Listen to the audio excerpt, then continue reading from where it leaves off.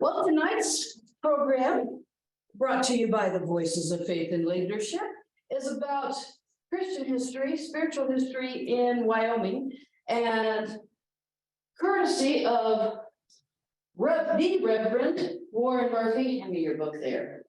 Author of 2 books, right? Three. This is one you guys have. Yes. And he's gonna teach us. How much time did we give you? You didn't give me a. And I just Everything's say, a breakfast. welcome to our Zoom audience as well. We appreciate you being here. Please put any questions in the chat. Yeah, this book is called On Sacred Ground. It was in 2011. University. Wyoming Historical Society Best Award for nonfiction. Is that right? Yeah, nonfiction. Well, I hope it's not. And I think this is the only book that, at least that I've come across, that actually looks at all of spiritual and religious stuff that goes on in this. And that's not because there's a shortage of people reading it. It's probably because there's not a large amount of people that want to read that stuff. So that's just the reality. So what I'm going to do is, for a little bit, just talk about this book sort of in a summary. And then ask you all to bring up some historical items you might like to know about or be a part of. And I just mentioned that this took me 9 years to write. Oh my I gosh. started it with a sabbatical where I attended Claremont School of Theology for a number of weeks to get this sense of history, what was going on in this nation during the period of Wyoming's time, which is really a small time, not very big. Not much was even considered about Wyoming until 1868, when we became a territory. Up to that point, people just traveled through, kept on going. So I'll talk a little bit about that, but then hopefully you'll join in somewhere here with maybe some historical questions you'd like to see. First of all, I'm just glad that you're hearing history, because one of the things in this country right now, especially in this state, is people who really don't care about history, and they got other interests and other things. And On Sacred Ground was written to nonetheless record that story. When I say this, I'm reminded of that great line that George Santayana gave, which is, "Those who cannot remember the past are condemned to repeat it." And I think we're seeing a lot of that happening right now, especially in the state of Wyoming. So I want to present these stories, and I'm using both religious and spiritual terms because there's a difference in the two. Spirituality is something that we all have in one way or another. Spiritual life and spiritual understanding. Religion is somebody's way of taking their own understanding of that and then making it more for them, becoming religious. You don't have to be,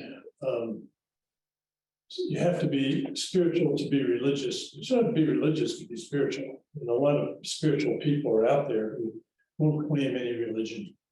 So this is a story of how Wyoming approached that past. I have to begin, of course, as I would always do, with the Native American heritage. And there's no doubt about the fact that these people were here a long time before our relatives and our people were here. Their time in this state goes back 12,000 years. I mean, they can pretty much date people being here 12,000 years ago, with from artifacts and archaeology, etc. And I start the whole book off with a thing called the story of the rocks. It's how people related to the rocks. Rocks were very important to the early people. They used them for spiritual items. On the big rocks, they wrote their stories, pictures. They're called pictographs by some. I like to call them rock art. And I know a number of Native people who resist using the word pictograph because it assumes that Native people did not know how to draw pictures and to tell stories through pictures. And there are many great rock art sites in the state of Wyoming. In this area, we have some that are contemporary, and they've been vandalized for the most part. And the nearest ones really are out down in Fremont County, where a whole thing's called the Dinwiddie style, the pictograph style, which is on the Wind River Reservation. There's even, it comes from the Dinwiddie Canyon, which is up near Du Bois. And that canyon takes you way back to a lake called Dinwiddie Lake. And the pictograph dash rock art there is amazing. And a lot of it is closed off with the tribe. So you're not technically allowed to go there and see it. There's places you can see that. But most of them are, they just don't want people back in those canyons. It's where a lot of burials take place, burials in caves. And Dinwiddie is a great example of that. But there's others in Du Bois, Ring Lake Ranch is one place where you can go to see them and it's all yours. It's a spiritual place. Others are right across the road and there's great rock art there. There's a big canyon over near Thermopolis that has this. There's a more contemporary as well. And even the experts have said, archaeology experts have said they believe that these are spiritual stories and there are ways that they were told. So we try to protect them as best we can. So we start with that, the Native folks, and they were here first. And people who we're talking about here are primarily Shoshone and Bannock, which are in Fremont County, and they're related. The Ute have their own collections. The Crow, which are just up the road here from Cody, also have rock art sites, and they all meant something to them. All the different pictures and different stories. The other tribes that came through here, Lakota and Cheyenne and Arapaho, they sort of moved in and it wasn't really their natural home. Those were down by Denver. So one of those streets are called Denver, Arapaho, Cheyenne, Lakota. You know, they were forced up here and also forced from the east to come into what is now Wyoming because settlers were pushing them out and other tribes were pushing them. So they weren't natural to here. We're more central, the Dakotas, and even back as far as Minnesota. The Arapaho, however, of course, as you all know, I think, ended up staying here. And that's a story all of its own. They were being pushed out from Colorado to Montana, where they were supposed to be given some native lands. And they didn't really make it. They had a hard time getting there. And so they went to what was then the Shoshone Reservation, which was given to the Shoshone tribe. And they asked to stay. Can we stay for a while? Because we're tired, we're worn out. And as the story goes, Chief Washington, head of the Shoshone, said, yeah, you can stay for a while and work it out with the government, but don't stay too long, you know, because these are traditional enemies. And the Arapaho were Plains Indian, the Eastern Shoshone were more mountain Indians. So you have this full story that's out there.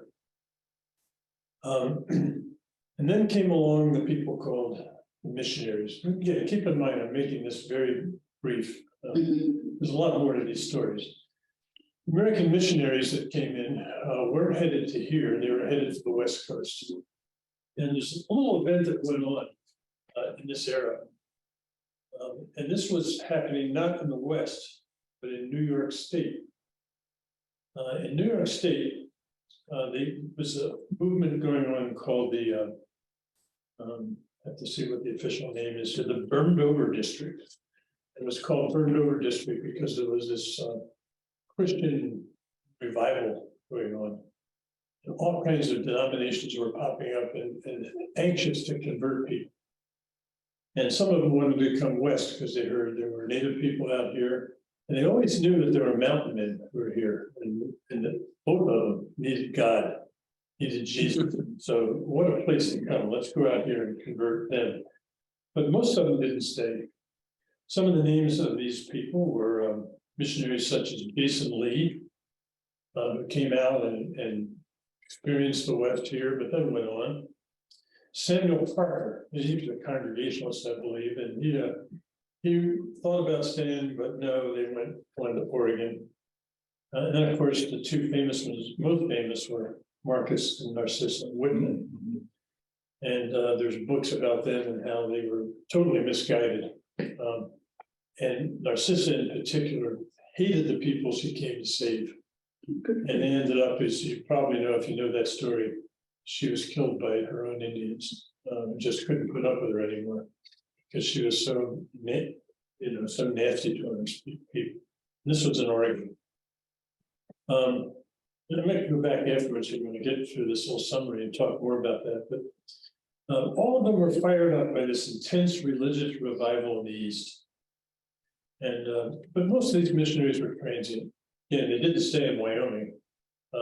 And one of the reasons, the frustrations they had was that to come out and convert all these Indians, they move around too much. They won't stay in one place. They're here for a while, then they're somewhere else, and we can't follow them all over the place. And then the number one missionary, who was sort of not a missionary, but he's considered one, was Father Pierre Jean de Smet. And Father de Smet was out here earliest. He was out there getting in. He had a relationship with the people he dealt with. They liked him very much. He started more missionary operations in Montana, Wyoming, all over this area. And he was also involved and called upon by the US government because he got along so well with Native people to help make some of the treaties that led to the reservation system. And of course, if you've been over to Buffalo, you know that there's even a lake named after in there, the Svet Lake. It was much smaller than it is now. It's a reservoir now, but it used to be a lake. He began the Catholic missions in the Rocky Mountains. He was well liked and trusted by the tribes and government officials who took charge of this new part of America. And again, Americans were coming out as part of this whole thing called Manifest Destiny. I guess you all remember that from your school years. The idea that these people who are white, who are energy-wise, and want to move and be working to themselves, that they were coming, and that it was their privilege to be able to come out here and take this land and take it from Native people. And that begins a whole new story of racism and other things. And when it came time to get rid of them, to get them out of the way, they needed treaties. And the government did that. And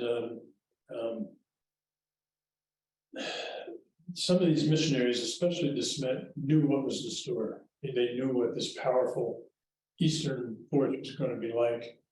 And so they worked not so much to really convert them into being good Christians, but to somehow help them understand what's going to happen and what they were in store for. And a good example of that was somebody like Chief Washakie, who was here in Wyoming. He saw it coming, and he aligned himself with the US government right on.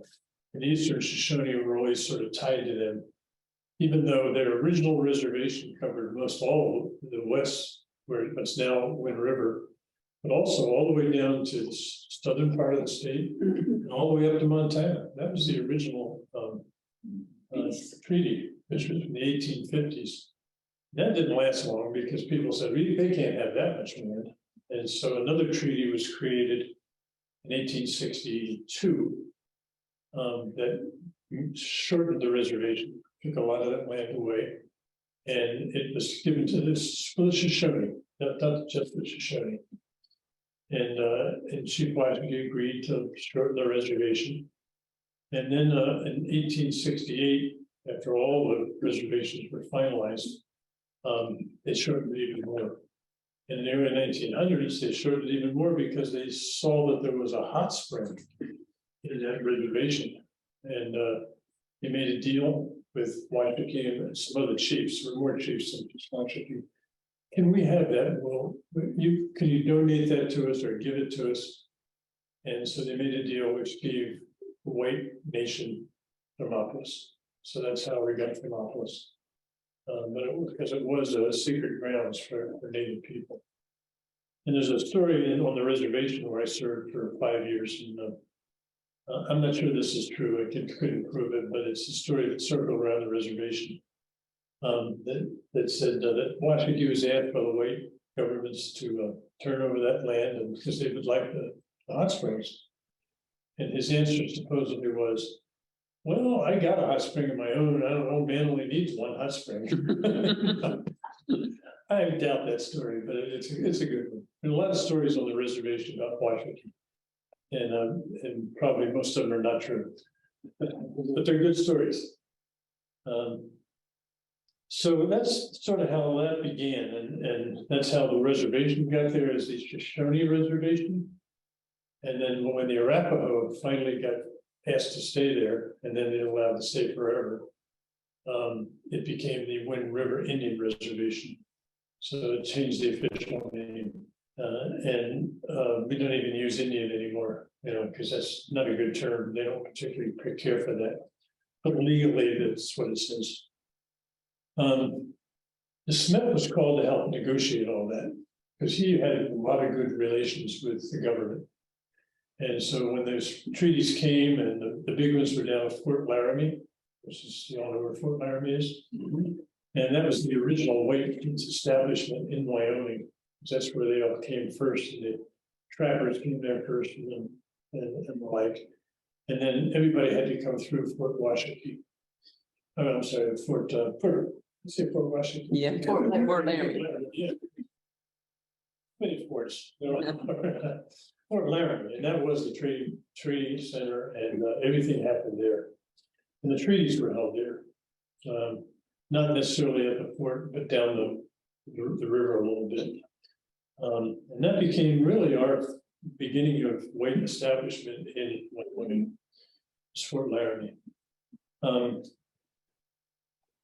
And then, of course, another treaty was created in 1854, before 1868 was, that allowed the Lakota to have an undefined area, which would have been northwest of Fort Laramie, for the return of letting white people in wagon trains move through Fort Laramie and the rest of the southern part of the state. And so that's where the Fort Laramie Treaty, the official Fort Laramie Treaty, took place. And then a fascinating thing, and that's where the Indian Wars took place because of that, because the gold was discovered up in Montana, and many of the gold seekers wanted to get up there in a hurry. And how do you do that? You go through this area that was given just to the Lakota to be a hunting grounds. And they didn't take that nicely. And so for that reason, you have what's called the American Indian Wars, because they were going to hold on to that land and they resented the intrusion. Government wasn't willing to enforce the treaty. And so they all went up north, and many of those groups were attacked. And the government had to build 3 forts. And the big one being Fort Fetterman. No, I'm sorry, not Fort Fetterman. Phil Kearny. Phil Kearny, yes.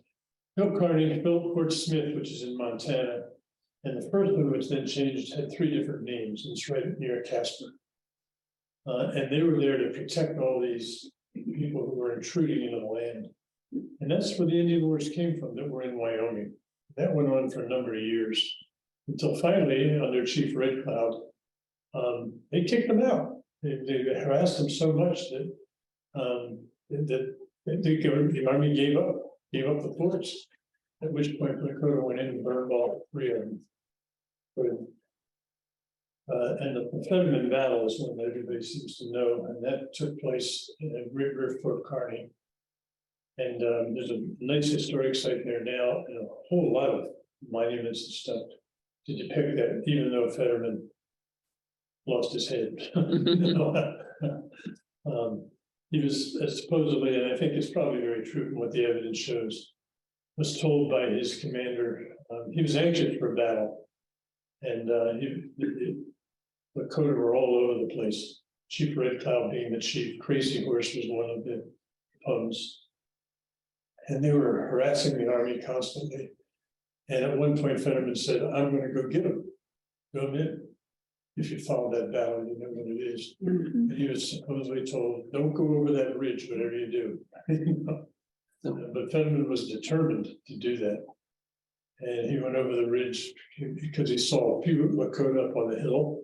One of them maybe would have been Crazy Horse. And apparently, as the story goes, Crazy Horse moved him.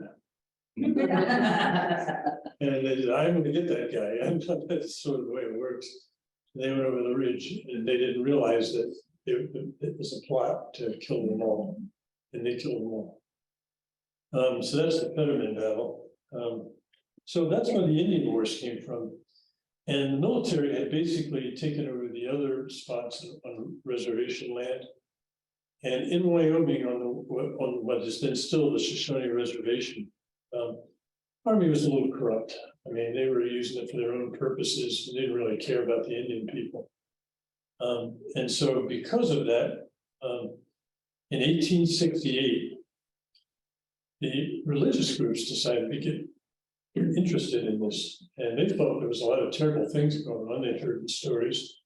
The Quakers went after President Grant and said, you know, it's not going well out on reservations. We care about those Native people. And why don't you, I'm shortening the story here, why don't you let some of the religious groups run those reservations, take it away from the Army?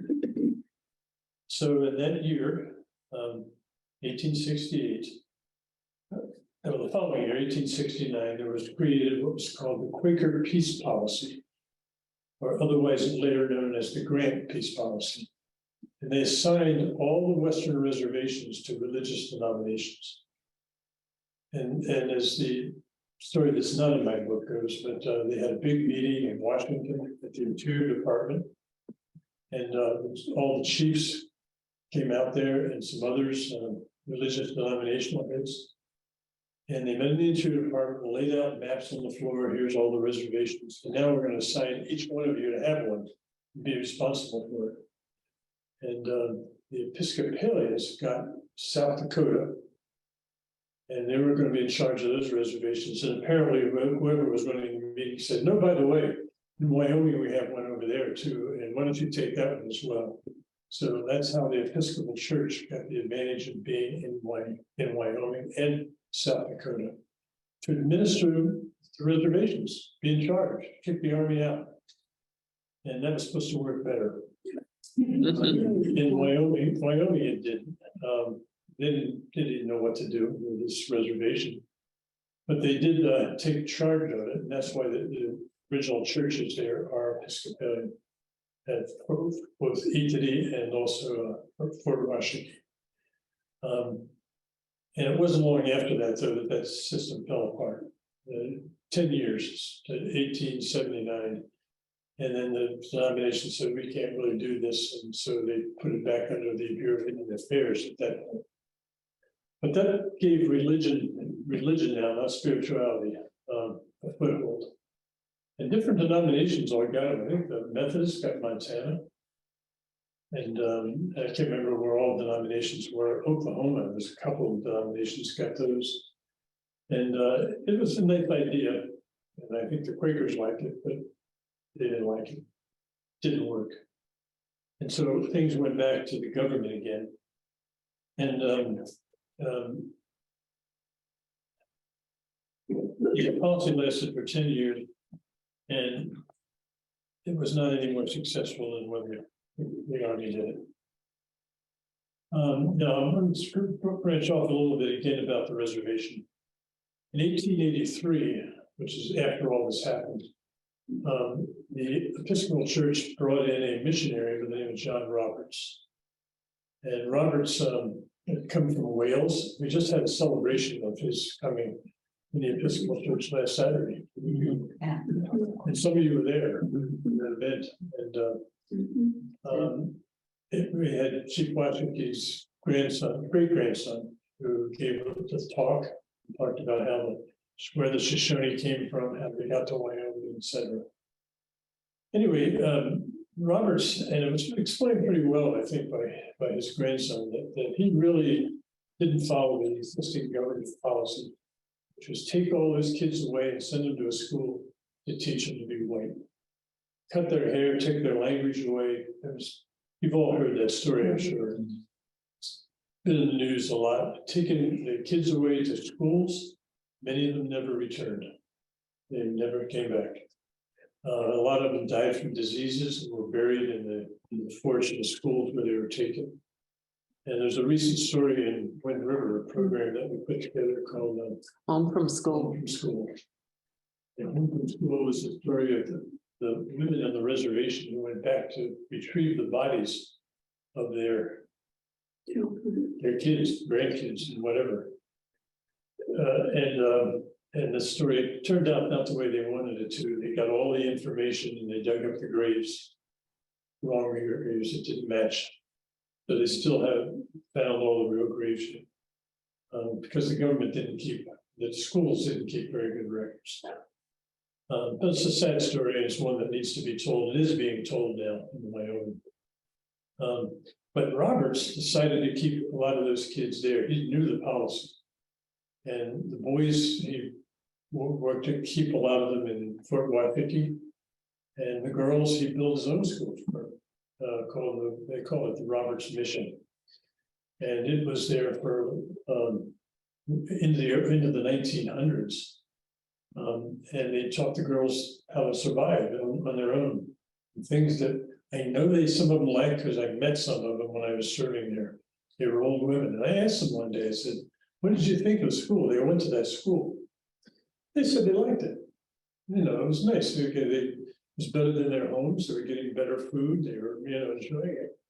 And so that destroys a little bit of that story, And so Roberts actually gets credited with making that whole school system work. And he also started every Episcopal church in Fremont County except for one. And he also started the church in Thermopolis. So he was busy. And how did he get all that done? He served for 66 years. And I always make a joke about these clergy I know who say, well, I'm a long-term pastor. I've been here 10 or 15 years. John Roberts was here 66 years. He died there. He baptized Chief Washiki when Washiki was older, although he gave him communion for a lot of times before that. And for Episcopalians, that's supposed to be a no-no, but things went any way they wanted on the reservation. And so he did that. He baptized Washiki and buried Washiki. And he also buried Sacagawea. And I hope you all know that there's a discussion about who Sacagawea is, where her body is. And but there is a Sacagawea buried in the Sacagawea cemetery. And I got a picture for you. Of Roberts standing next to Sacagawea's grave, and he testified to everybody when the controversy came up that this was the woman they all knew as Sacagawea of Lewis and Clark, and that was Sacagawea who was buried there, and he buried her. And in the burial record, he actually put a little note that said, "I attest to this is the Sacagawea of Lewis and Clark." Although there's a question about that, because why did he have to do that? Some people were questioning it, so he had to write that little statement in there to make her case. And this picture.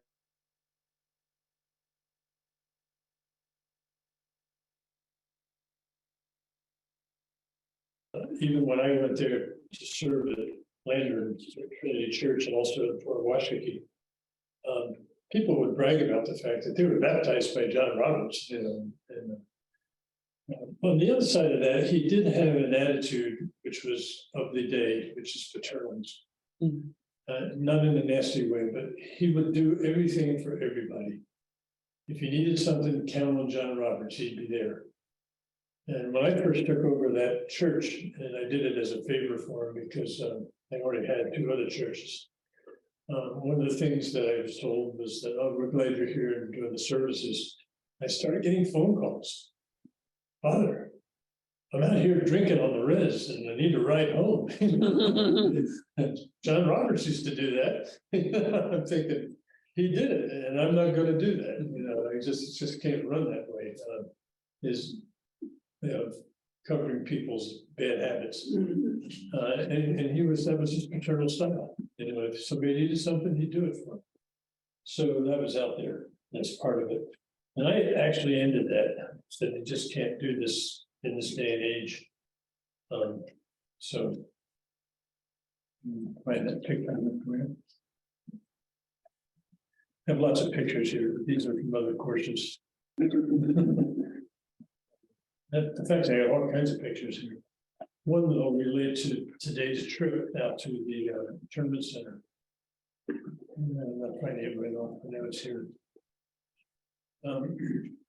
Either way, it's a picture that is in my book, actually, of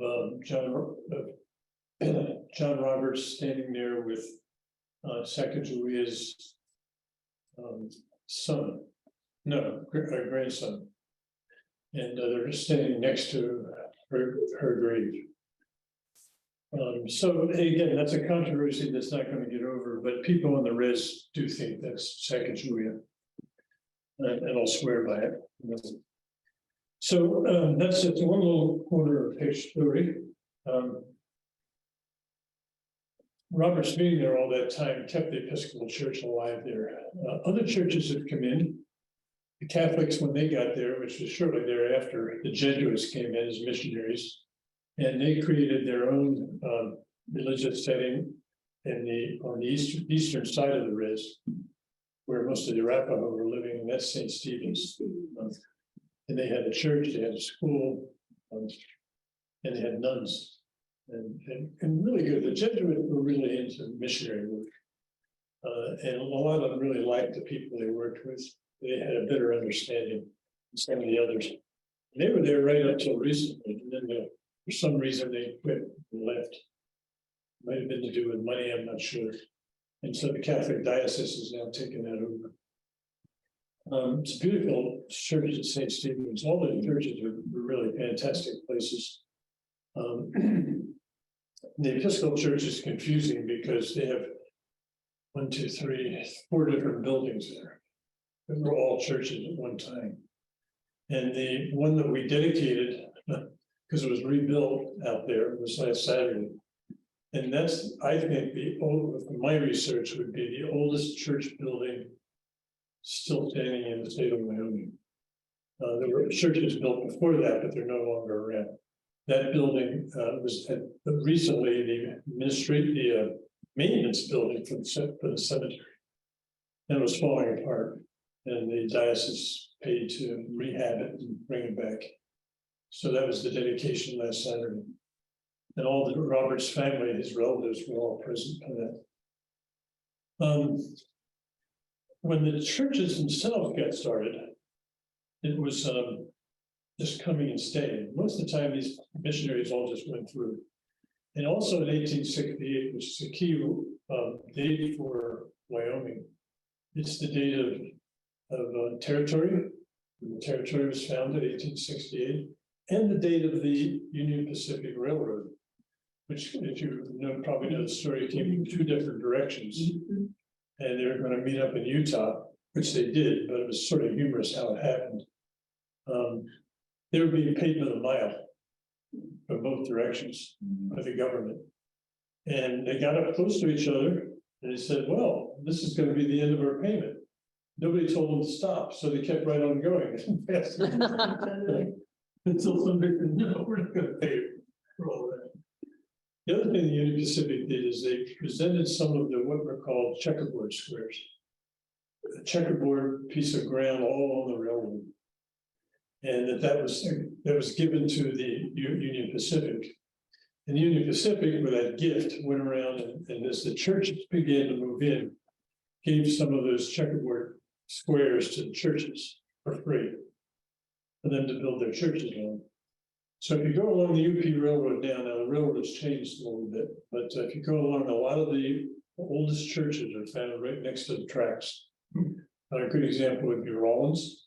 Where there's a Presbyterian church. Yeah, it was the second, I think it was the second Presbyterian church built. Probably so, because they went down. Land was first, yeah. And who was the guy who was responsible for that? Yeah, Sheldon Jackson. Sheldon Jackson. And he's one of the real first founders. He started Presbyterian churches everywhere and right down the railroad. Began those churches, and then he went to Alaska. And they have a museum, Sheldon Jackson Museum in Sitka, yeah. So there was those people, then there was the Methodists actually started the first congregation that was permanent. And they started it in Cheyenne. They didn't have a building, they had a congregation. And that's because the Methodists, how did they come when they came out west? What kind of instrument to get here? Horse? Yeah, they came by horseback. They had no trouble getting here first. So they started that congregation. Now, the Episcopal Church decided, well, we got to be there too. And a guy named Joseph Cook was assigned to come out to Wyoming. But he did the Episcopal thing. He waited for the train to get there and came on the train. The Presbyterians were given a kit by a church in New York City. And it was shipped out, and it was a church kit that we built for the Presbyterians. Yeah, it's the colorful how they got here, it really is. The Methodist guy, his name is W.W. Baldwin, and so he's the one who came on horseback and started that first congregation. And Cook came, and then he got there, and he was not impressed with Cheyenne. And I do have this, I didn't bring it, but I have his diary or whatever it is, the little book he wrote about coming. And he got here and he gave a line like he looked around. These were some railroad town, tents and gambling and all kinds of stuff.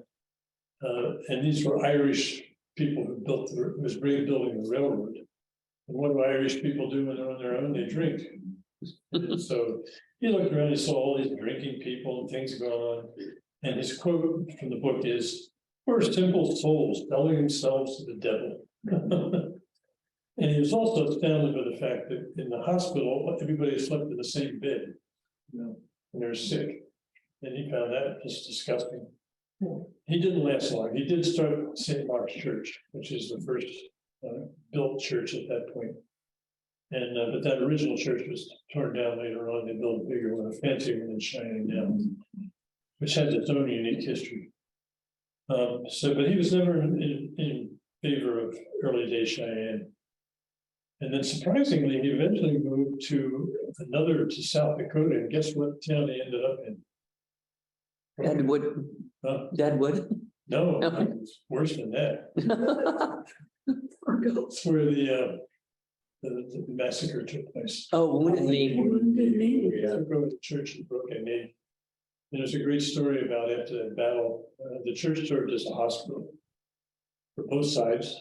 And after the battle was over, it still had the Christmas decorations on the church, when they were using it as a hospital. And he was the rector there at the time. So it showed you it's a small Western story. Other groups that came, Presbyterian churches, as I just mentioned. Big one where the Chinese came, because remember, they were the ones running the train in from the west. And they ended up settling in Rock Springs and Evanston, seemed to be the Chinese centers. And then guess who else came? LDS, yeah. Because Brigham Young brought that whole group in here in the 1840s, I think it was. 50s, 1857. And they came in and moving west to Salt Lake. And they ended up in Salt Lake, as you know. Then they came back. Where did they come back to? Down in the southwest part of the state and right here. Places like Byron, Cali, Deaver, filled with LDS, and it's a well-known fact in the area, but never spoken. Is that some of those families are still polygamous? Check the houses if you go through there; they're a mess. It's still going on, as I understand, but nobody wants to deal with it. So yeah, Brigham Young came with all his crowd and the whole Mormon movement, the massacre, the two spots in the state of Wyoming where the storms got and killed many. One, the Willie's hand carved site, which is outside of Atlantic City. And this, I was right on the track. And the other one, of course, is over toward Casper. And that one you can go to, the Mormons made a stop there, you can go in as a tourist stop. And they'll give you the tour, whole thing of where they all died in that whole site. And that's in the book too. I actually went there once and went on their little trip. They had little push carts like they came over the mountains with. And I just got in there and was gonna make myself at home, and this guy wanted to give me a tour. And we had a nice conversation, and he was trying to sell me LDS stuff, this and that. I just, I figured this is just a tour, I'm gonna become LDS. I played along with him, and we had a good time out there. He showed me everything. Then took me back on his golf cart and said, "Well, Brother Murphy, we're glad you came." I said, "I'm glad I did." Got out of there. But you could have that same experience if you were. Devil's Gate area. Yeah. I'm sure it's still open. I haven't been down there in a while. Mhm. And then, of course, there were two battles that took place as a result of all that. One was, and a lot of people don't know this, what was called the Mormon War. And we actually sent a military force out to here to go to Salt Lake City because of polygamy mostly, and also some other corruptions going on. And they made Brigham Young the governor down there immediately. The government didn't like that.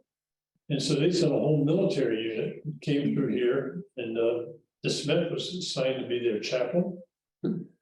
And he never made it. He didn't get that far. It didn't last very long. But they were headed down there, and in a little spot near Farson. If you go toward Farson West, you'll see a marker out there, and that's where the only battle really took place. Yes. And General Johnston was the one who came out there, Civil War general. And his force was attacked by these guerrilla forces that came in and attacked them at that location, and nobody died. It just burned their wagons. And eventually it looked like the military was coming from the other direction as well. And Brigham Young just said, "We give up," in nice terms, and they settled for a settlement. So the war never actually happened, but it was called the Mormon War. And then the other sad story took place that was 1857. In 1885 was, and many of you from Wyoming know this, there was a disruption in Rock Springs against the Chinese. Chinese had, in this case, had been brought in as strikebreakers, the coal mines. And the Irish and other European workers who were in Rock Springs didn't like that at all, because they were striking. And so they one day just went to Chinatown and started killing people and everything else, and driving the people out into the hills. It was a bad story. It's not well known nationally, but it's known as the Chinese Massacre. And eventually, Governor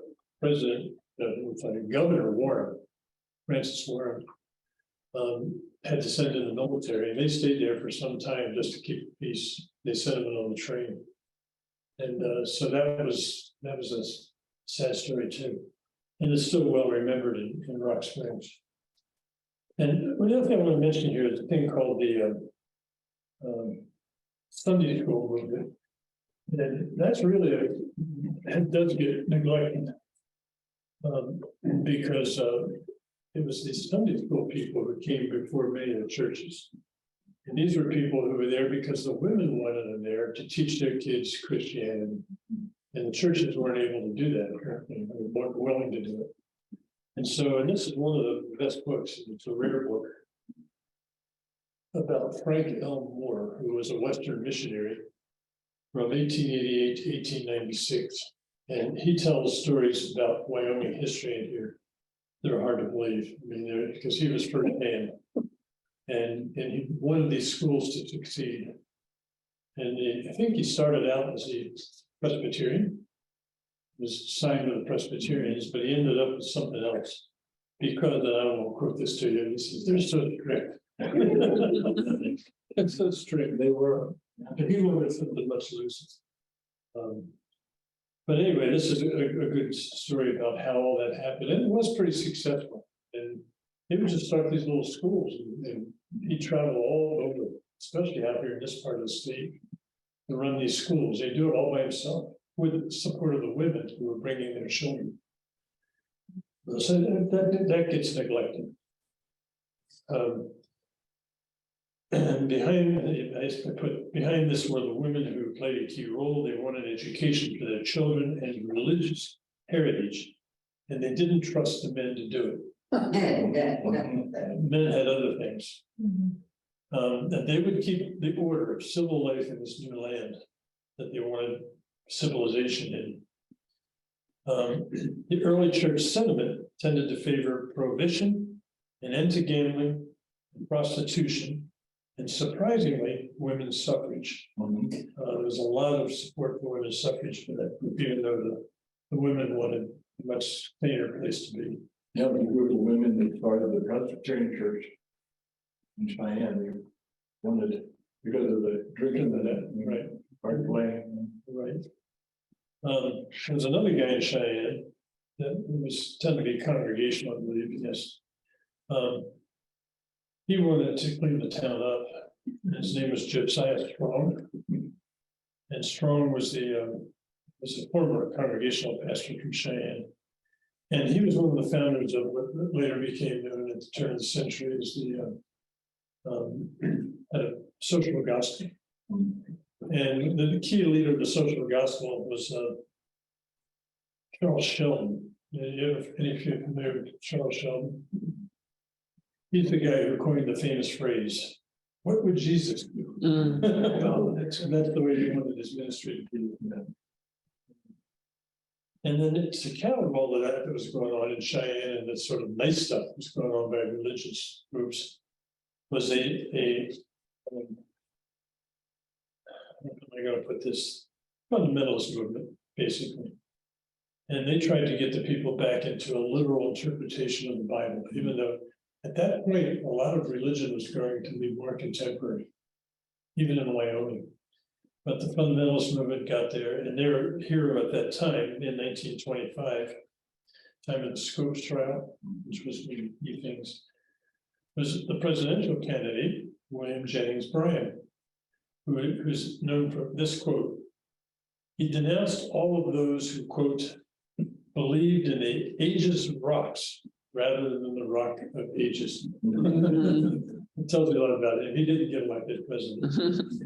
And then there was holy Pentecostal movements, and then I like to point out that's also the time, the early 20s, 1920s, when the best example of that group was a woman. Anybody know who that is? Amy Amy Sanders, who founded the Foursquare Church.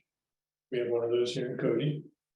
She was known for such things as casting a pitchfork at the devil in her sermons, and riding into her assembly on a white motorcycle with a flowing white gown. motorcycle. Church. She got a lot of attention for it. They loved her. Till she ran into her own little scandal, running off with somebody in the desert. You know, I mean, there's a lot of colorful stuff going on here. Yeah. And I want to mention before I close this little thing. And this Wyoming becoming the equality state. So the women's movement was real, although it didn't start out that way. But Esther Hobart Morris, who was Justice of the Peace, elected Justice of the Peace, the first one ever as a woman. And she really, I think there's 2 cases she ever did. Of course, she went back to Cheyenne with her son, but she got to be in the U.S. Capitol, along with Chief Washington, who just recently was put in there. But Amy Semple. In the US Capitol or in the state Capitol? State Capitol. Oh, in Dublin. Okay, cool. Yeah, she did both.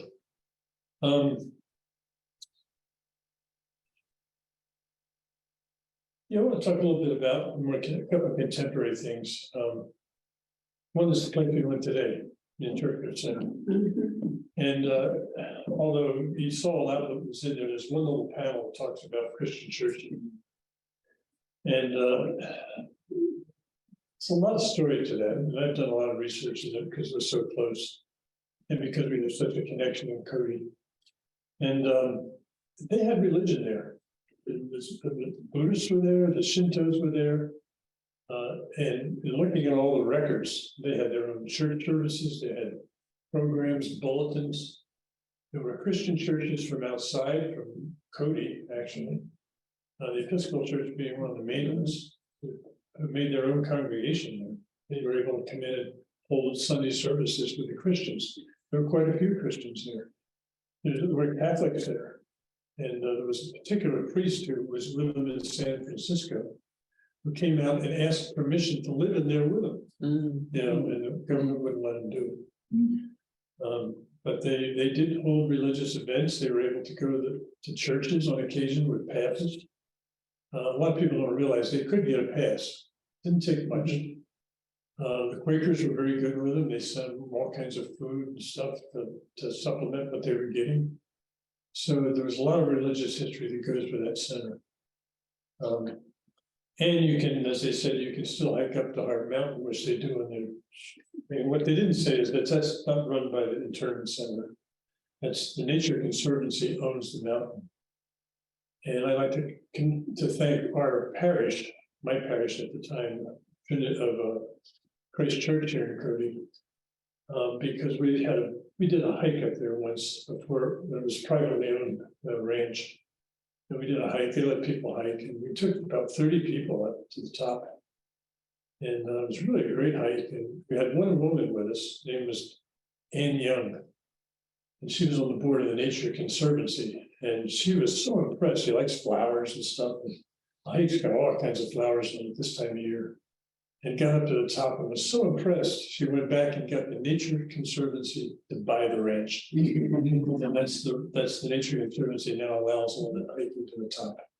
So the church was responsible for that little project. Anyway, Anne takes that very seriously. She's still around, still giving money away and stuff like that. So that's a contemporary thing. And I did mention to somebody today that there was a particular senator here in Washington, named Robertson, E. Robertson. And he was the US Senator for the time, and he lived in Cody. He spent a lot of time here. And he would constantly harass that senator. Go back to Congress and say those people are being pampered, they're being given great food. And he was from Scotland. He's not even an American. He was a US Senator nonetheless. How do you do that? Say what? How do you do that? I don't know how he did it, but he did. He's from Scotland. And he never once went down to look at that camp. Never once made it. Even though it was so close. Yeah, it's down the road. He just didn't like Japanese people, you know, so that was the issue. So I'm gonna probably get a lot of talk all day, but I'm not gonna do that because we're right at the hour, getting close to the hour. Good chance it's a little shaking of what goes on. It's most of you read the book, so there's lots in there. And it's a colorful story. The Johnson County War, read that chapter. That was my favorite chapter.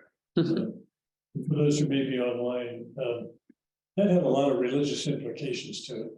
Because even though it was a story of big ranchers, mostly living in Cheyenne, coming from England, who wanted to dominate the cattle industry by having themselves in charge of everything. They were wealthy. They had their own club in Cheyenne called the Cheyenne Club.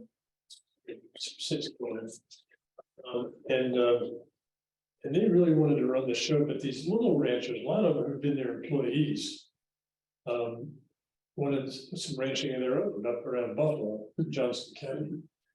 And so what they did was they began stealing cows from the herds to build their own herds up. Yeah, that's true. They're called mavericks, you know. And so they knew they were stealing. The big guys knew they were stealing. And so they created this army that they created, mostly from the south, so Texas. And brought them all in to follow this hit list of killing the key people in Johnson County. And it's worth reading in the story again if you don't. But I'll try to read the one last little line because I think it's the best of the book. Find the book here. Is it underneath your pile that you got? Now this one's another story. I guess it's this one. I got too many of these little books floating around here all of a sudden.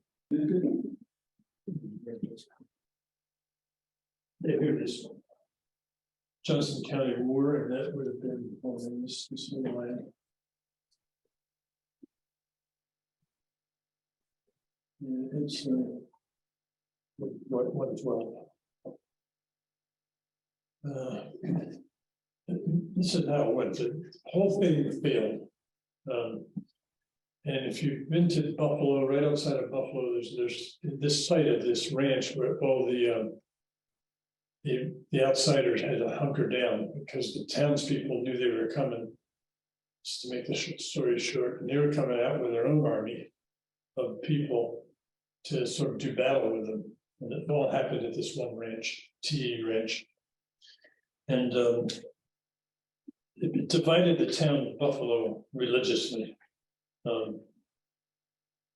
As they like to say, the Episcopalians tended to side with big ranchers. Bad mistake, but that's because they were wealthy, they were English, and etc. The Congregationalists sided with all the townspeople, and the Methodists claimed they were neutral. So if you follow that story, it's a little complicated, but they all took sides, and then they came to the battle, or supposedly. Supposedly the townspeople came in with the Methodist pastor, came out to that battle, to do battle with them. Because the townspeople didn't like these big ranchers. And what happened was that they had a battle and nobody got killed. Well, 2 people died, but they shot themselves. They were the big ranchers. One guy shot himself in the foot and got gangrene. And I forget how the other one died. The only 2 people died were the ones in ranch. And the others all came out and just, they were shot for a day and a half and nobody hit anybody. They've made movies about this, which aren't anything like that. You know, the movies are all shooting and people dying and all kinds of stuff. None of that happened. The army finally had to come from Fort McKinney to rescue these people. And the president was on the side of the big ranchers. It was Benjamin Harrison. And anyway, well, let me see. Texas guys didn't know what they were getting into. They thought they were warrants for all these people, and they were enforcing the warrants. Yeah. And they weren't. There were no warrants. It was a hit list. And so some of these ranchers were pretty famous people, so they were all getting in trouble. And the president was on their side. But let's see if this is.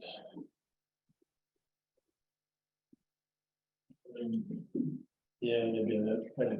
The very end of the chapter here. This is how I put it. Oh, yeah, there's another fellow who you need to know about. In 1894,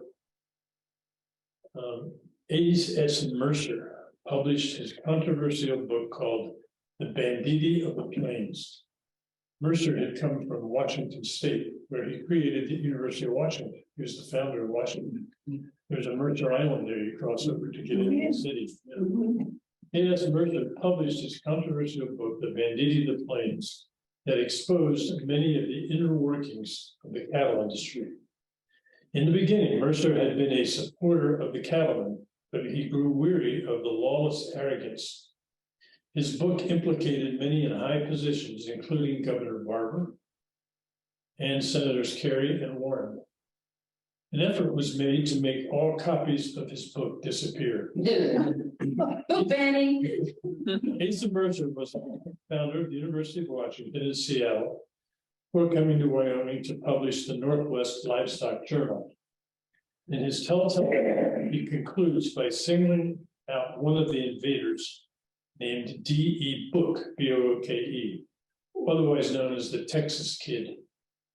This man, on his return to Texas, killed his fiancée and was sentenced to be executed at Fort Smith down in Arkansas. Mercer quotes a story from the Buffalo Voice in which the kid, before he was hung, denounced all that the invaders planned to do and expressed regret for his actions. So the story ends with the line, "Vengeance is mine, saith the Lord." Mercer's story was a story of a war that really wasn't a war, told in a book that couldn't be found. There are now many copies of that book. You can get it at Banditti of the Plains. It's for sale.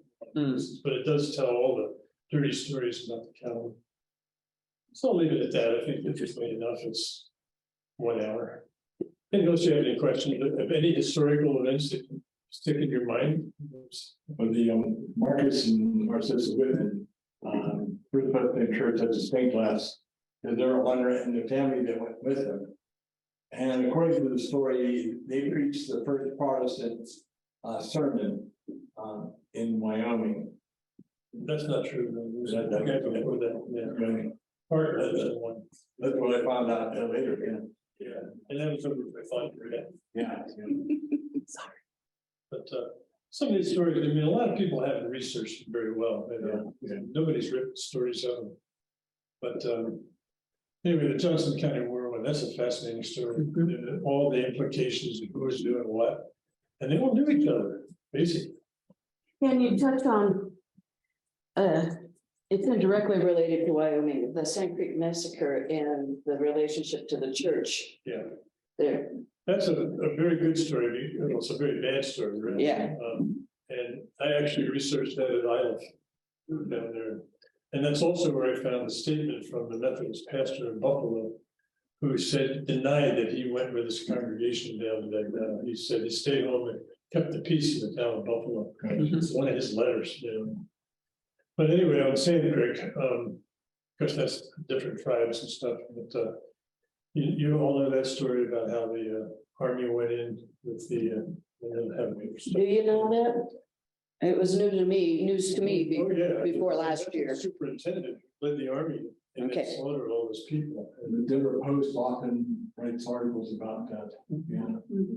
And then they came back into town, pulling pieces of bodies, and paraded them through the city of Denver. There was one group leader who told his men not to go do that. And they had him killed Oh, really? because he's the one who reported what really That happened. really happened. And, Yeah, it's an nasty story. I mean, the Methodist Church has been trying to do away with that story as best as they can, But the method, it wasn't just the government, or it was a Methodist pastor who was involved with that somehow. The superintendent, yeah, he was the head of the military. yeah. I'm not sure he was, I think he was ordained, I'm not sure he was, but he was known as the Methodist superintendent. And there were a number of streets honoring those men who killed the indigenous people, and now they're changing those names. Yeah. Which they should. Yeah.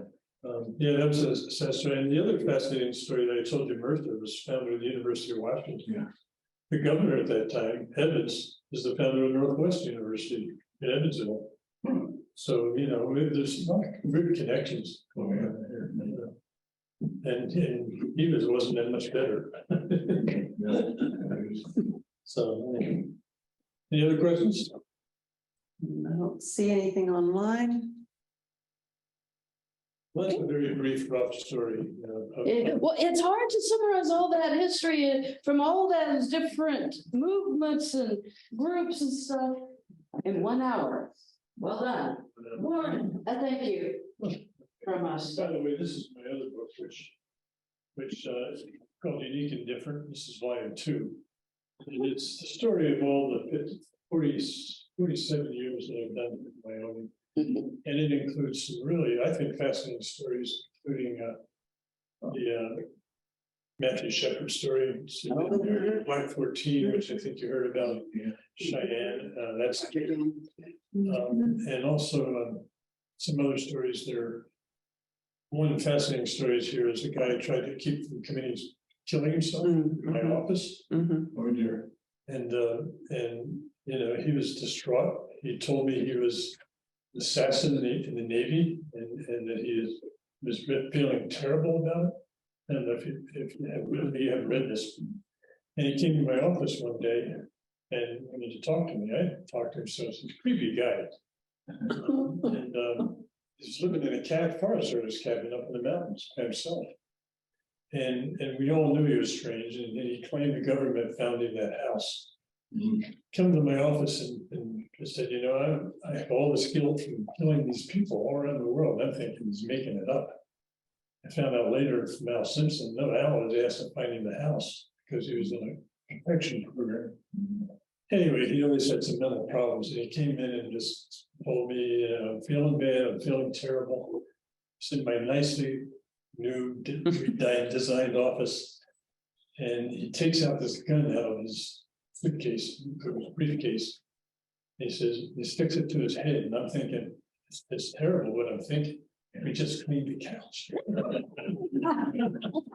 He's gonna do that there. So I went into. Outside. No, I didn't say, I just say, this is not good, you know. So I did every little trick I've ever learned, you know, about talking to somebody who wants to kill himself and it's on site. And he just went through this terrible story and finally talked him down. Now I told him, you know, he had a daughter-in-law that he really loved and stuff. Talked about that. And then he puts the gun down. And he says, I gotta go see my lawyer. And I'm thinking, well, you know, that's not good. If he's gonna go see the lawyer, and he's got his gun in his pocket. Yeah. And I tried to talk him out of this. Why don't you leave me the gun? At which point he pointed it right at me like this. And said, you want to take my last bit of freedom away? And I said, wrong question. Wrong question. And I went back in the whole mode again. And finally he settled down and he left me the gun. Wow. I had it for several weeks. Biggest gun I have ever seen. Handgun. The handgun. This is long. And 44 Magnum. probably, and then when I talked to Al about it, once I said, yeah, this guy's a little weird. He says, well, I didn't ever know who he was. I was just asked for the government. I mean, he was a senator. And find him a place to live. And they wouldn't tell him why he needed to be hidden. I ended up burying him a year or so later. And he did finally die. And that was strange. That was strange burial. It was, you know, it was only him and his daughter-in-law and her kid. And my associate, my secretary, basically, or administrator, only us there. But two other strange guys, and I found out who they were. One was our state legislator at the time, Childers, who I had no connection to him at all, big overweight guy, and he was very popular. And the other person was the publisher of the Casper Star Tribune. If I remember his name now, it was Hurlis, is that his name? Hurlis? Anyway, he was the publisher. He drove all the way from Casper just for that funeral, you know. And then they left together, just right away. They didn't even stick Were around. they there to make sure he was dead? Oh, and so it's one of those mysteries about it. Yeah, really strange. You know? But that story was in here too. And it's Anything else? No. I think we're closing for tonight. We'll say goodbye to our Zoom friends. Thank you for joining us.